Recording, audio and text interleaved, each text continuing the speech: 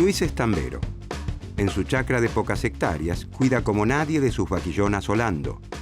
No terminó la secundaria en el agroindustrial de su pueblo. Todos los días, Luis lleva los cientos de litros de leche cruda de sus vacas a la industria láctea de Pedro. Pedro es un productor de lácteos que pasteuriza, envasa y convierte en quesos, yogures y cremas la leche de todos los tamberos de la región. Pedro tuvo la oportunidad de estudiar, de especializarse en los procesos de los distintos productos de la industria láctea y tiene un ingreso muy superior al de Luis. Luis quiere progresar, quiere aprender a elaborar sus propios quesos y cremas para convertirse en un empresario de la industria. Pero siguiendo el razonamiento de los clásicos y neoclásicos, Pedro le sugiere que no se meta en temas tan engorrosos, que se dedique a cuidar y a ordeñar sus vaquitas, que es el mejor en eso, y que le deje a él todo el tema de la producción, que para algo estudió, invirtió en maquinarias y equipos y maneja el tema como nadie.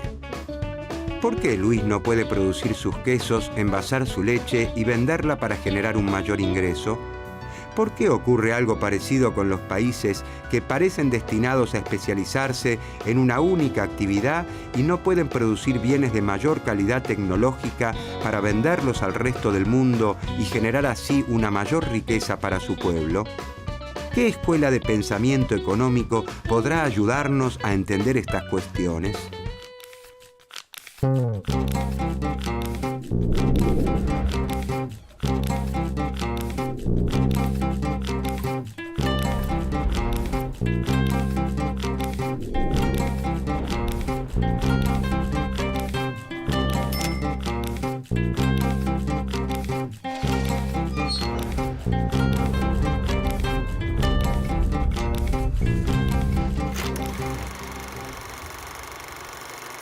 A comienzos del siglo XIX, los pueblos latinoamericanos se independizan de España.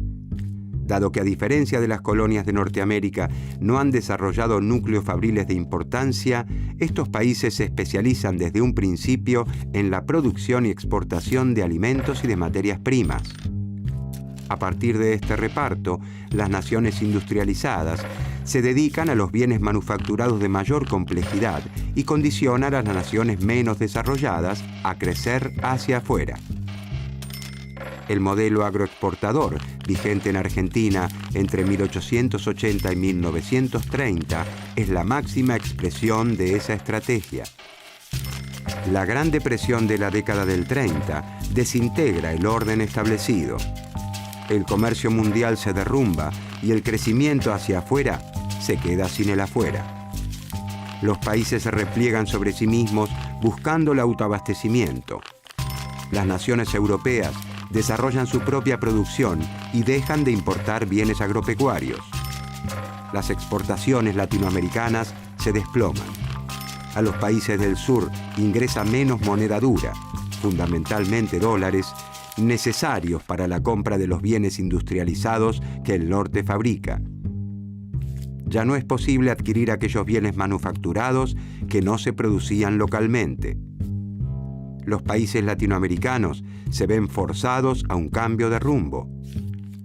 No existe otra opción que fabricar aquello que venía del extranjero. Sin proponérselo ni desearlo inicialmente, comienzan a desarrollarse procesos industriales que sustituyen importaciones por producción local. Surgen cada vez más empresas que contratan cada vez más trabajadores que ganan mejores salarios, que demandan entonces los bienes que esas empresas producen. Este esquema de crecimiento hacia adentro tiene un especial desarrollo en los países de mayor tamaño de la región, como Brasil, México y Argentina. Las incipientes empresas latinoamericanas son protegidas de la competencia extranjera gracias a los aranceles que establecen los gobiernos de la región. Además, se les otorgan créditos para que adquieran su equipamiento y se crean empresas públicas de modo que el Estado desarrolle actividades estratégicas. Se impulsa fuertemente la educación, la investigación científica y el desarrollo de la tecnología local. Se fundan organismos públicos para la difusión del conocimiento entre empresas industriales y agropecuarias. Esta estrategia de sustitución de importaciones permite reducir las compras al exterior de bienes industriales de consumo, como las prendas de vestir y ciertos alimentos. Con el tiempo, se extenderá a industrias cada vez más complejas. Sin embargo, el propio desarrollo de estas industrias comienza a generar un cuello de botella. Los países latinoamericanos no logran producir bienes de capital, es decir, bienes con los que se manufacturan otros bienes, como laminadoras de acero, plantas procesadoras de celulosa, máquinas, herramientas, bienes de mayor complejidad tecnológica. Vuelven a faltar dólares para importar esos insumos y maquinarias. En ese contexto, buscando superar esos desafíos, surge el pensamiento estructuralista latinoamericano.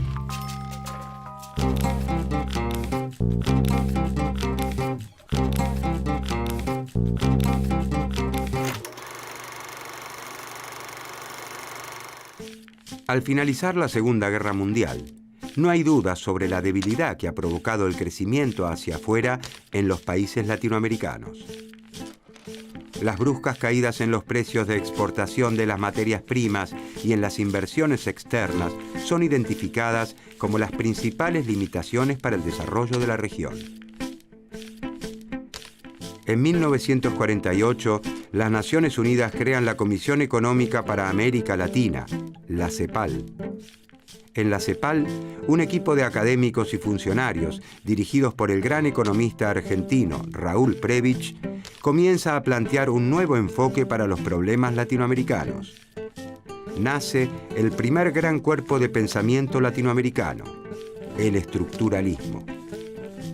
La obra que da inicio a la Escuela Estructuralista Latinoamericana es El desarrollo económico de la América Latina y algunos de sus principales problemas, de Raúl Prebisch, conocida también como el Manifiesto Latinoamericano.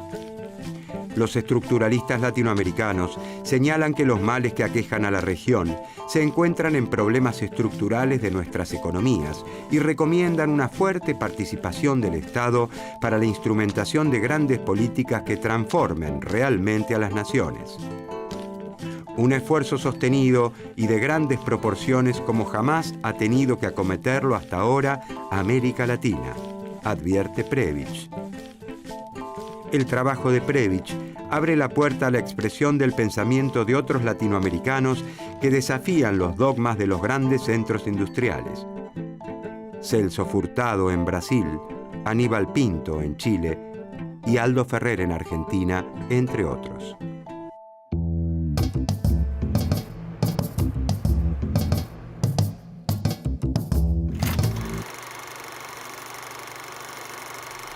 El pensamiento dominante, gestado en los países centrales, establecía que cada país debía especializarse en lo que hacía mejor, como si esto último fuera algo natural y no un producto de la historia.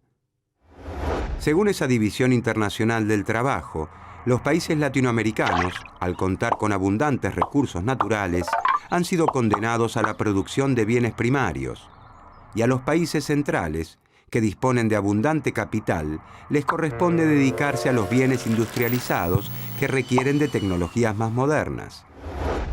Los estructuralistas se preguntan entonces, ¿por qué no podemos producir en América Latina bienes industrializados que se pueden vender más caros en el resto del mundo y que generan una mayor riqueza para nuestros países? Los estructuralistas señalan entonces que existen dos polos con desempeños y realidades bien diferentes, el centro y la periferia. Pertenecen al centro los países que marcan el rumbo de la economía mundial, naciones industrializadas con poco desempleo y altos niveles de vida, con gran influencia en los mercados y en el sistema financiero internacional. A la periferia la conforman los países con estructuras productivas menos desarrolladas que conviven con altos niveles de desempleo, de pobreza y sujetos a las reglas de juego establecidas por los países centrales. Para los estructuralistas, las diferencias entre el centro y la periferia no se resuelven con el paso del tiempo, sino todo lo contrario. Tienden a acentuarse y son cada vez más amplias. El subdesarrollo es un modo de ser específico en ciertas naciones que requiere políticas públicas particulares para resolverlo.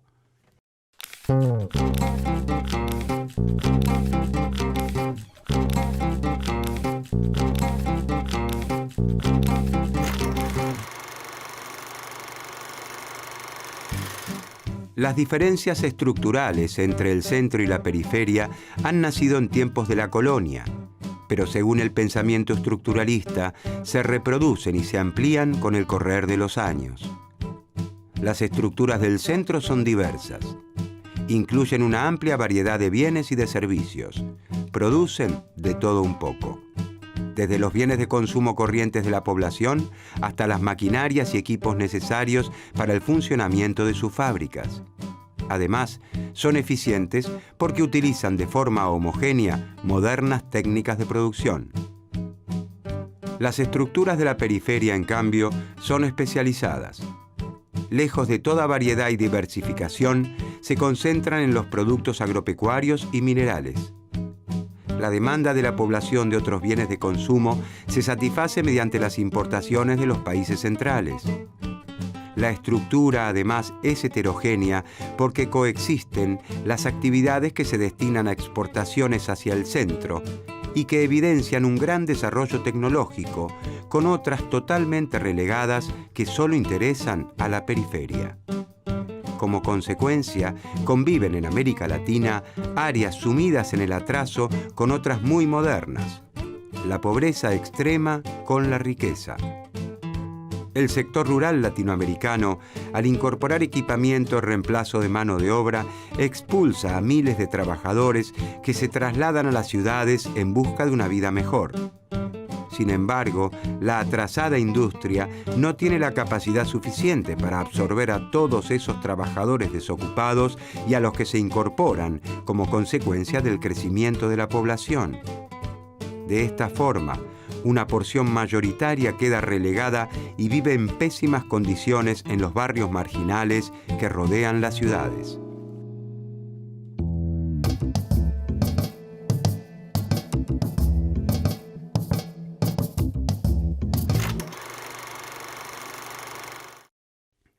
América Latina cuenta con hombres y mujeres trabajadores y con ganas de progresar. Abunda en recursos naturales de los más diversos y cuenta con empresas grandes, medianas y pequeñas en las diversas ramas de actividad. Pero le falta un ingrediente insustituible para seguir creciendo. No puede fabricar por sí misma dólares. Ni los pesos argentinos, chilenos, uruguayos, ni los reales brasileños sirven para comprar maquinaria importada. Se necesitan dólares contantes y sonantes. Como la existencia de dólares dependerá del éxito de las exportaciones de alimentos y de productos primarios, y estas exportaciones fluctúan constantemente en precios y en cantidades, la compra de insumos y maquinarias al exterior se ve interrumpida constantemente. Los estructuralistas denominan esta principal limitación al desarrollo latinoamericano como la restricción externa. La disponibilidad de moneda extranjera para afrontar las importaciones que aún no han podido ser sustituidas por la producción nacional se reconoce como un desequilibrio estructural, recurrente, cíclico. Origina caídas en la producción y el empleo. Provoca incertidumbre en los empresarios que dudan en invertir por miedo a que una nueva crisis pulverice sus ganancias. Además, para superar la escasez recurrente de dólares, los países latinoamericanos contraen deuda externa, pero no porque no tengan recursos, sino porque no disponen de moneda extranjera. Los dólares generados por las exportaciones de bienes primarios no alcanzan para hacer frente a las importaciones de bienes industrializados, porque los bienes industrializados que Latinoamérica importa son mucho más dinámicos que los productos primarios que exporta.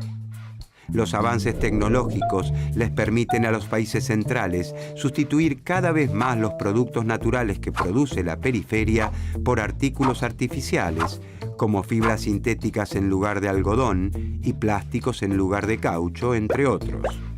Y por otro lado son más dinámicos porque, a medida que crecen sus ingresos, los ciudadanos de los países centrales consumen cada vez más bienes industrializados diversos que ellos mismos producen.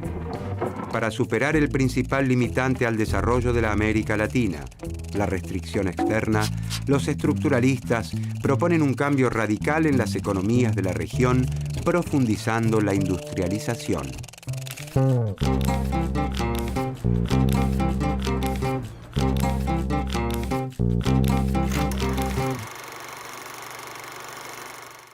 Los estructuralistas creen que América Latina debe profundizar la industrialización que inicialmente surgió de manera espontánea después de la crisis de los 30. De esta manera, se reducirá la dependencia externa de bienes manufacturados de mayor complejidad y se aliviará la restricción externa. Al no depender de la importación de bienes de capital e insumos, el crecimiento de la región no se verá limitado por la falta de moneda extranjera. El desarrollo de nuevas industrias generará más puestos de trabajo, mejorará los salarios y logrará una mayor integración social, incluyendo a la población expulsada del campo. Para superar el atraso latinoamericano, los estructuralistas consideran que el Estado debe adoptar un rol fuerte y activo.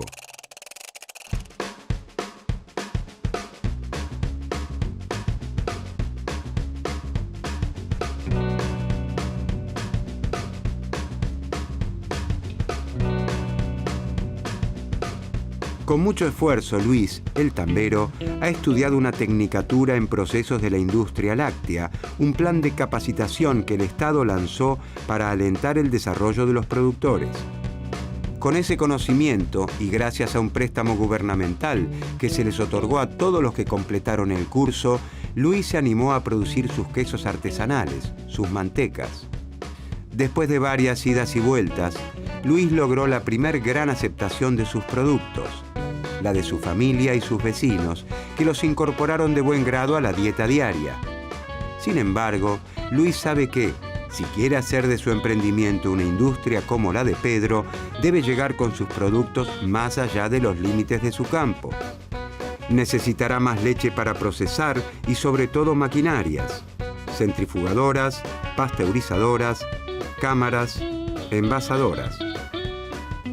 ¿Cómo podrá hacer Luis para desarrollar su emprendimiento y llegar algún día a competir con los productos de Pedro el Industrial? ¿Qué más tienen para aportar en ese sentido los estructuralistas sobre el desarrollo de la economía de la región?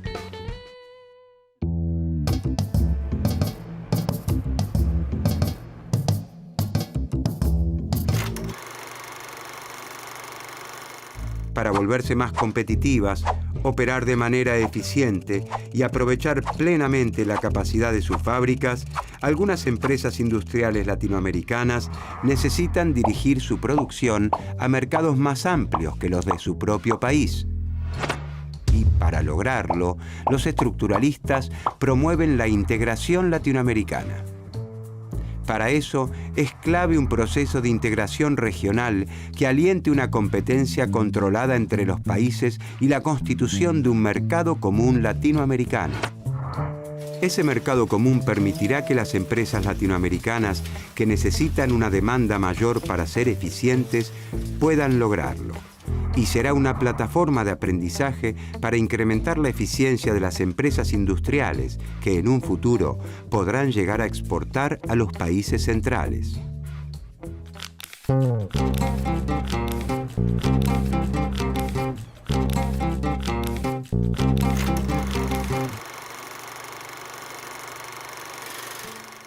En un primer momento, y gracias a la estrategia de sustitución de importaciones, se crean cientos de miles de puestos de trabajo en la industria. Los trabajadores reciben mejores salarios y la pobreza se reduce notablemente en toda América Latina.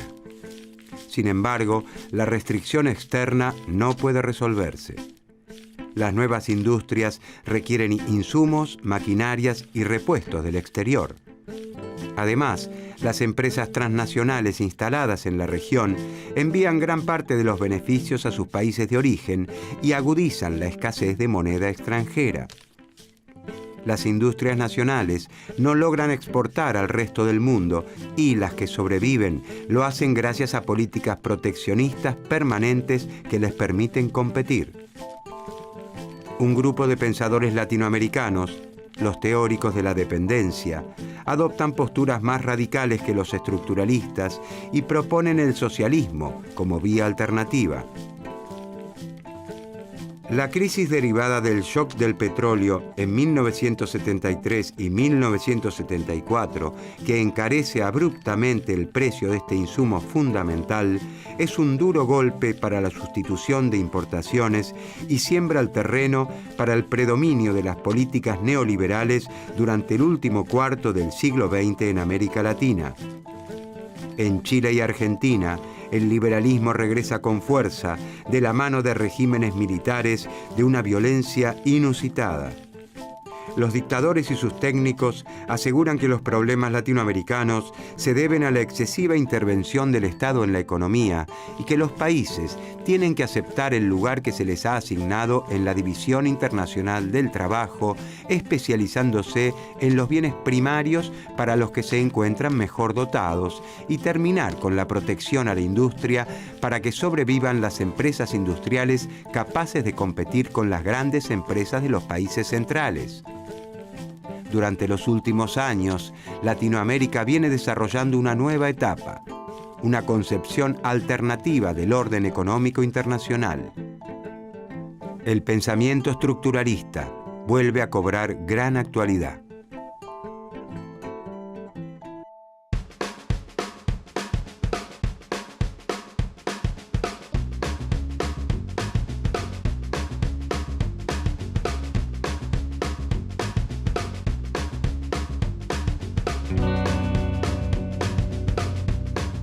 El Estado ha decidido apoyar los emprendimientos de productores como Luis, que le agregan valor a su producción y generan nuevos beneficios para el país. Luis se asoció con otros productores lácteos de la región con los que compartía las mismas ansias de progreso. Juntos se establecieron como una cooperativa. Adquirieron maquinarias gracias a los préstamos a muy baja tasa que les otorgó el Estado. Sus quesos, yogures, leches y mantecas con marca propia comienzan de a poco a ganar espacio en las góndolas de los mercados de la región, del país y del mundo. Por primera vez, Luis y sus socios sueñan despiertos mientras contemplan la Vía Láctea.